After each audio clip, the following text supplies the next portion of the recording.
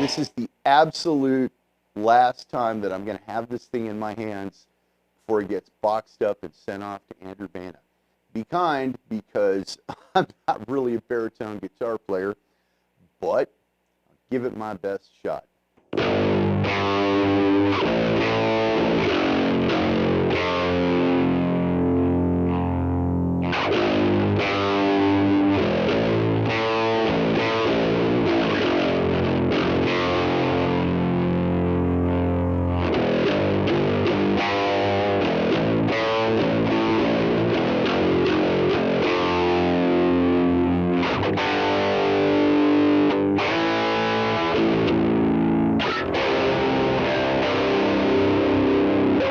While we're at it, shout out to James, the master builder at G&L Guitars. Let's go over some specs. The first thing that I want to point out is this little mini toggle. So it's either off or it's on, and that's all that there is to it. The Pegasus pickup right here barely lost any output at all because there's such a minimal amount of solder joints, and that all goes right out to a pure tone jack that will just hold everything in place. This is a pretty bulletproof system right here. It works out really good, and I thought I was being extremely clever until I found out that Andrew already has a guitar with a mini switch to where his pickup is either on or it's off. The next really big feature on this guitar is the GraphTech Unlock.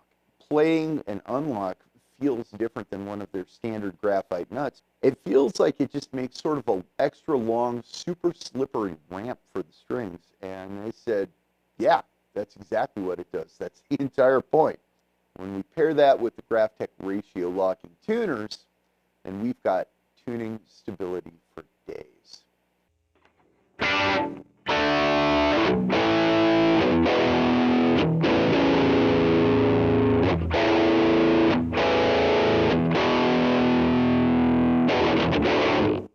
Last but not least, the whole reason this entire project started in the first place, the Kahler Bridge.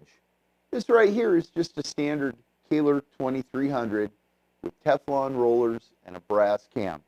The Teflon is our trebliest sound, the brass is our bassiest sound, and we have this huge contact plate that goes all over the body. And get a good close look. There's absolutely no wood taken out of the back. Gary Kahler had bored out the armholes to where we could put in our bigger fulcrum and bass arms for this particular baritone guitar.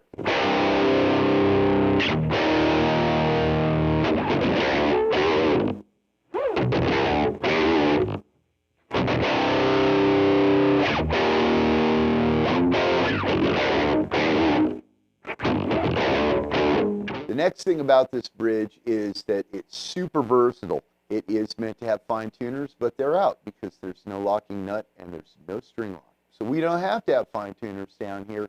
And as if that isn't enough, we even have this in the fixed bridge position right now. So you can get the benefits of the Teflon rollers and the brass cam and all of the surface area right here, and the minimal routing, and leave it fixed. And that's just fine.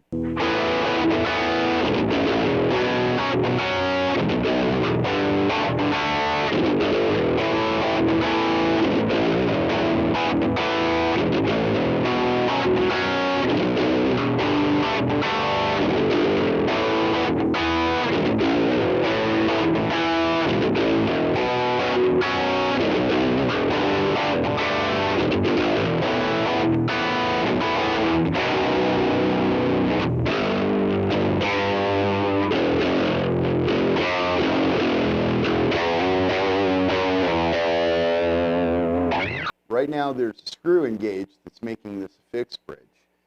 I can back it out, and I also have put in another screw that makes it dive only. That is not something that we normally do, but in Andrew's case I figured what the heck.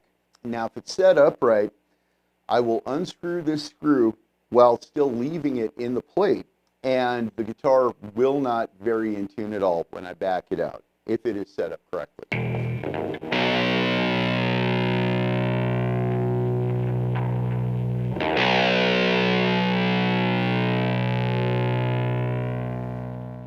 So it sounds like it's set up correctly. And what we're going to do now is go through the different arms, starting with the shortest and then getting ridiculous with the long ones. This Allen wrench is going to adjust how tight this clutch is. Right now it's very, very loose. And now it'll stay in place. In the beginning, I'm going to have it up here. This is going to give us very, very little leverage. It's good for a little bit of wavering, kind of a la Jake of Humphreys McGee.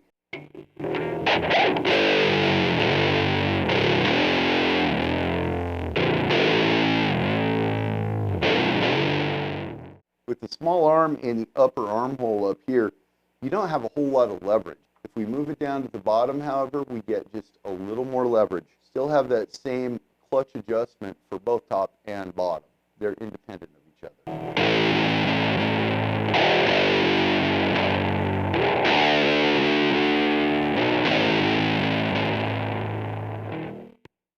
This little arm isn't going to do much more, so we'll step up to a regular size arm that we send with our bass guitars. By now, everybody should know about the little intonation screw in here that I have repurposed. But if you do not, well, there's a little intonation screw in here that I've repurposed. Once again, should not go out of tune as I release it.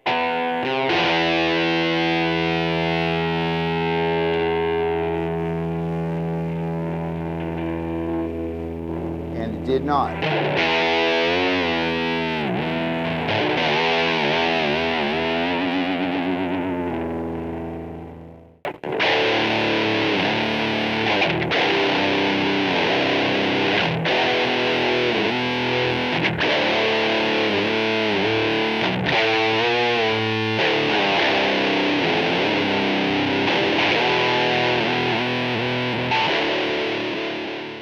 This 9-inch bar looks a little ridiculous. I'll fully acknowledge that. However, it gives you the leverage you need, and believe it or not, you kind of flutter this baritone now.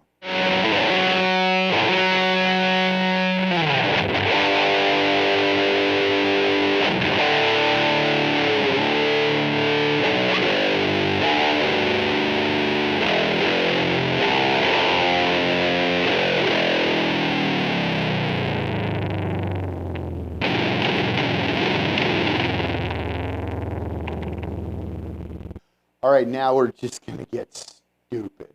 This 12-inch bar is absolutely ridiculous, but extreme leverage.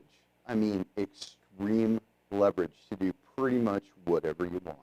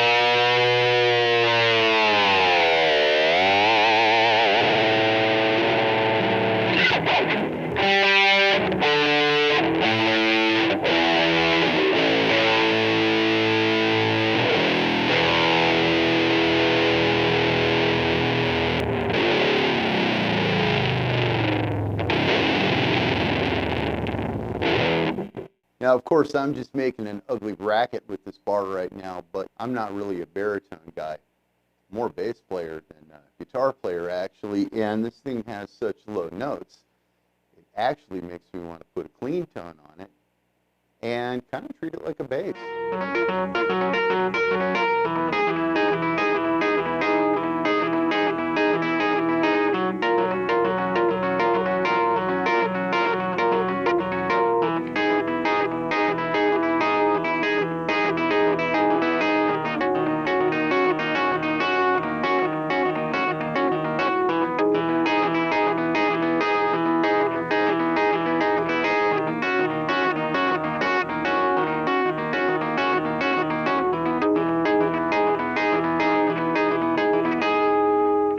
This right here is just kind of a ridiculous configuration with a great big long 12 right here and then this little palm bar right here. When you put them together like this and you goof around for a while, interesting things come out.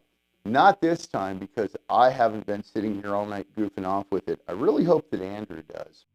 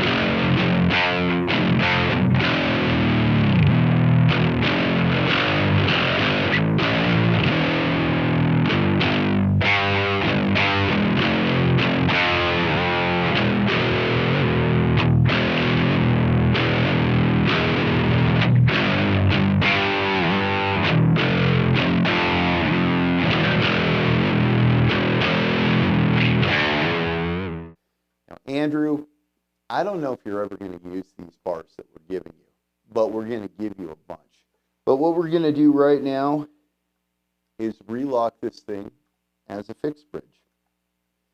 And it went right back in. I'm going to take this 50 thousandths, and we're just going to put this down to where it's dive only again. And if that's where you happen to leave it, that is your want and desire, and that's just fine with us. As aforementioned, there are other benefits to this bridge other than the whammy bar. So I think that's going to be it. I'm going to pack this thing up, and I'm going to send it off to you, and I really hope that you like it.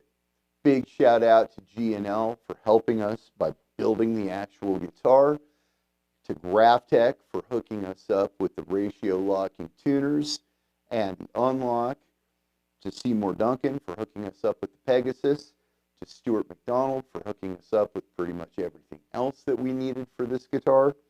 This has been just a labor of love and a bunch of people coming together to create the best possible guitar for you, Andrew. And I'll tell you this, you don't have to be a big influencer like Andrew to get a guitar like this. You can order a guitar just like this or any way you want from the G&L Custom Shop. What more could you ask for? So if you'll excuse me, the fun with this one's over. I better get cracking on Glenn Fricker's guitar with the Sustainer.